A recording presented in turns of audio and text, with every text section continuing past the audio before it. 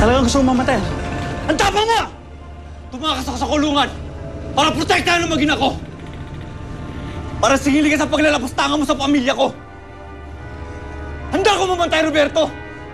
Huwag na silang magdusa sa kamay mo! Felix, hindi mangyayari ito kung hindi dahil sa'yo! Ikaw ang punot dulo nito.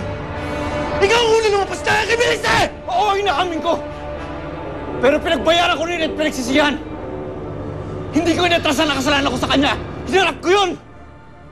Pero ikaw ano ginawa mo? Iniwan mo si Melissa! Hinayaan mo siya maglukmok sa isang kasalanan di naman niya ginawa! Dahil duwag ka, Roberto! Duwag ka! Dahil hanggang ngayon, hindi mo pa rin matanggap na ayaw niya na sa'yo! Hindi ako duwag! Huwag mo sagawin ang pasensya ko. Dahil isang kalapit lang. Tapos sila! Sige, iputok mo! Pero sisiguraduhin ko sa'yo walang matitirang nakatayo sa ating dalawa. Huwag! Please, Roberto, huwag sasama na ako sa'yo! Huwag mo nasaktan si Felix! Kita mo na? Ako ang pinili na. Huwag kang susunod sa akin. Hindi mangyayari yun.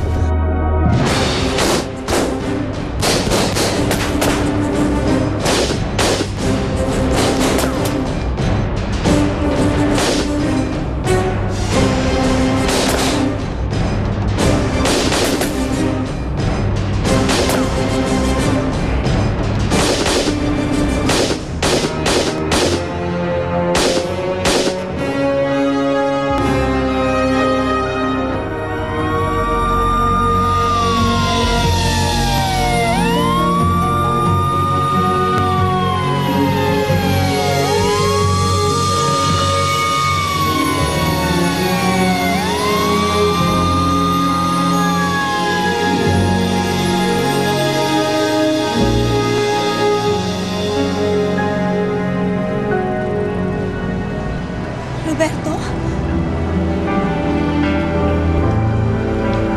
Roberto!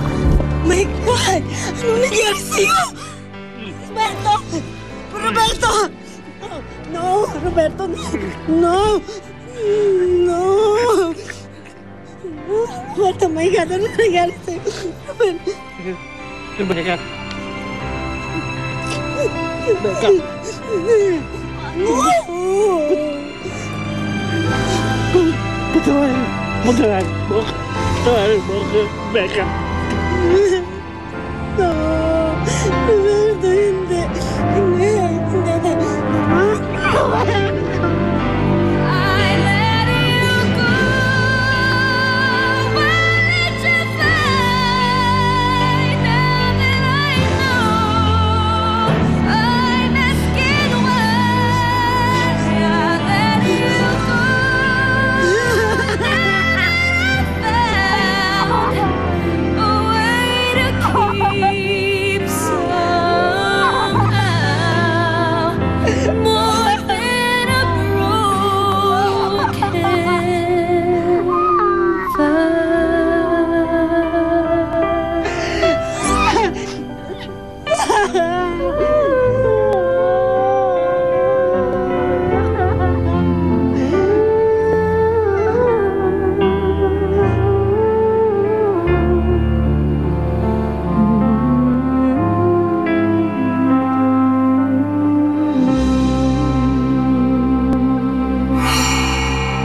Hindi ako makakapayag na maging masaya siya.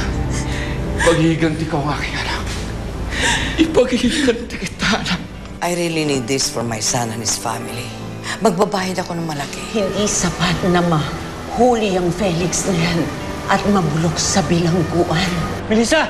Hindi makakaabot ng kulungan si Felix. Mabilis na hustisya agad ito para sa ating anak. Ayan! Tigilan mo! Yan ang mangyari kay Felix! Felix!